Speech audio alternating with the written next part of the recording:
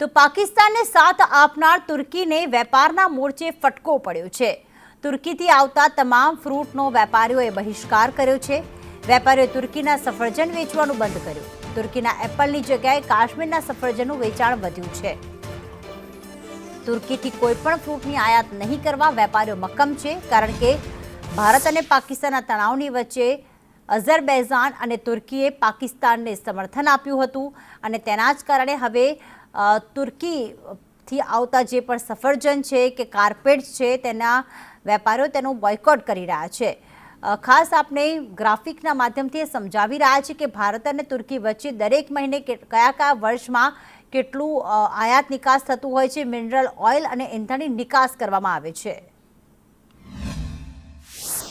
भारत पाकिस्तान के तनाव के बाद सेब जो वहाँ से आता था उसको पूरी तरह बैन कर दिया गया है। इसके अलावा कीवी वहाँ से आती थी जो पहले से यहाँ पे बैन है। इसके बाद भी जो भी आगे से और कोई फ्रूट आएगा वो सब बैन कर दिया जाएगा। टर्की की जगह हमारे कश्मीर का एप्पल बहुत चलन में है।